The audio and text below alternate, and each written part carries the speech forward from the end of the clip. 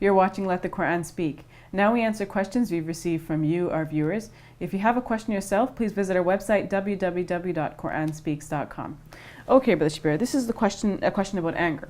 So the question is, I know that the Prophet warned us against anger. To my knowledge, he suggested for us to control and avoid anger. But in the Quran, we have verses mentioning God having anger. How should we view anger in Islam? Why is it a trait that God can possess, but not human beings, I guess, is the implication.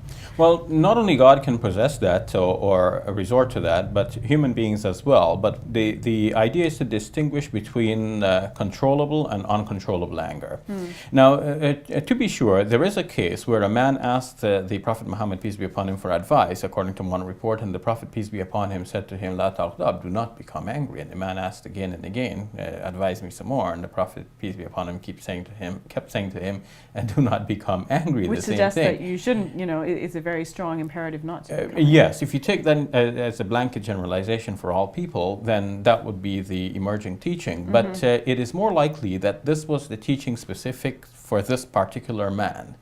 Maybe he had a particular problem and that needed if he was totally angry or uncontrollably so, then the Prophet, peace be upon him, was swinging the pendulum for him at the other extreme. And eventually he might fall in between at some reasonable medium. There are many cases where the Prophet, peace be upon him, gave instructions which are specific for the individuals, and these instructions should not be generalized to all people. But what is more generalizable is the advice that the Prophet, peace be upon him, gave when he said that if you are angry, then you should sit down, and if you're still angry, then you should lie down. So you are trying to go more into a situation of repose so that you can control the anger and let it subside. And the anger, of course, sometimes makes people feel warm. He said, make wudu, the ablutions that we do before prayer, because that will cool down the anger. So in this sort of more general teaching, the instruction is not that you should not feel angry at all, but that you should be able to control the anger that you do feel. So when is anger justified then?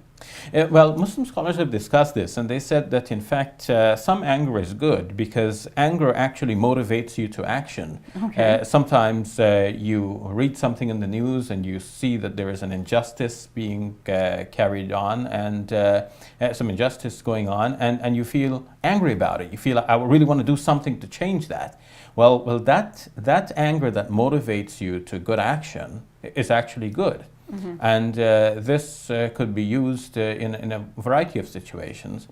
Sometimes it is proper to show anger even without actually feeling angry. When is that the case? For example, a parent may show some anger, but of course in a reasonable degree. I guess you mean displeasure or something displeasure to let children know that certain actions are not acceptable. A manager may walk through a room and display anger, and not like some managers do, like tossing things about and so on, not in that frightening manner. But if the manager runs through the floor and says, wait a minute, something is wrong here, the production is not up to standard, what's going on?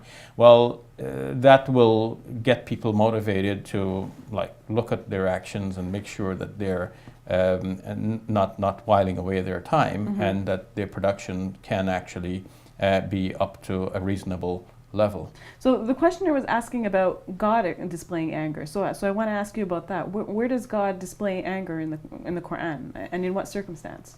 Well, in several passages of the Quran, we hear about God, or we read about God being displeased with certain individuals and certain actions, that God is even angry with them. And in a hadith, it is mentioned that giving charity appeases the wrath of God. In the Bible, of course, as well, we hear much about the wrath of God. And this is considered to be natural, that God, to guide us in the right way, is telling us about the things which displease him to the extent of even causing his anger. All right, that's all the time we have. Thank you, Brother Shabir. You're welcome. And we'd like to hear from you. Visit our website, www.quranspeaks.com, and check out our YouTube channel, youtube.com/QuranSpeaks. As always, please continue to write to us. Your comments and questions help guide the show. I'm Safiya Ali. For all of us here at Let the Quran Speak, thank you for watching. I'll see you next week. Allahu Akbar.